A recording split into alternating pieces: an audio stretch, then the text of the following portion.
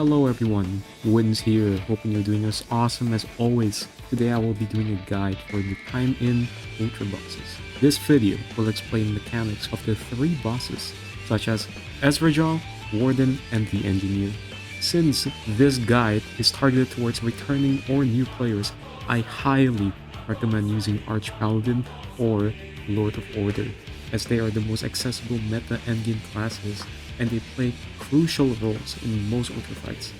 This will not only help you learn how to do ultras, but it will also help you get a better understanding for each ultra fight, because most of them are pretty similar and you will be able to understand and adapt on the fly when you play these ultra bosses. I would also recommend farming at least one 30% to all damage boosted weapons. There are a ton in the game now, so make sure you farm at least one. You can check this by hovering over the little red logo with the sword on it to see what it's damage boosted for. The one you are looking for is tagged with all. Without further ado, let's get started with the first boss. This boss has the most HP out of all the bosses we're going to fight. For starters, Ezra only has 2 mechanics. The first one is skill lock. This mechanic prioritizes your first skill used in the fight. It can get annoying for the game to actually lock the skill you want to lock sometimes, but you just have to keep spamming the skill you want to lock. Quick example, if I play Arch-Paladin and I use my 2, it will lock that skill and you cannot use 2 for the rest of the fight. So make sure you lock the skill you don't need. Despite the mechanic being called skill lock, enhancements will also be locked if they are activated on auto attack. The most infamous example of this is Mana Vam. You could just auto attack with a Mana Vam weapon, get out of the boss room, and then swap enhancements and you can attack him again. Now you have no enhancements or skill locked as long as you keep using your skills. However, I do not recommend doing it in a public room. It's just a good thing to know. The second mechanic in this fight is his counterattack. While you are fighting Ezra, make sure you pay close attention to what the yellow text is saying. The game will warn you when Ezra is preparing a counterattack. All you have to do is stop attacking. Now, Ezra will also occasionally do a true damage attack, which means it cannot be mitigated and you have to take it raw. Since I am doing a guide for Lord of Order and Arch-Paladin, I thought it'll be good to show you how to loop heal. All you have to do is just heal while your other healer is on cooldown. Pretty simple, right? If you find yourself healing at the same time too often, let the other healer heal first, and then you would heal after about 3 seconds or more. And that's it for this fight. All you have to do here is just watch for Ezra's counterattacks and also loop your heal properly, and just keep hitting him until he dies.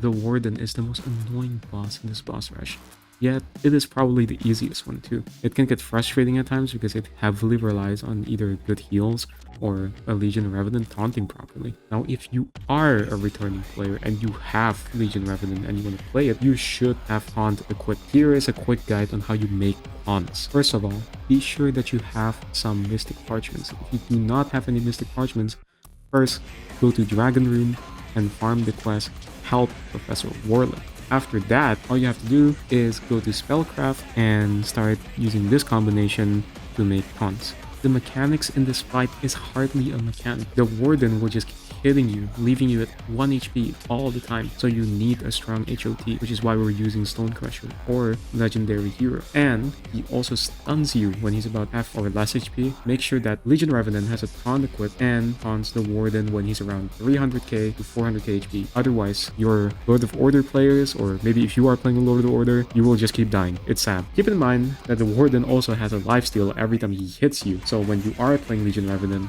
taunt carefully. Just wait for the yellow text. Go along the lines of the Warden is going to go berserk. If you're wondering why LR is the one taunting, is because LR is one of the only classes that can tank true damage. It's all thanks to Legion Revenant's 4th skill that applies Arcane Shield. Now, with the Warden taken down, let's move on to our last and final boss.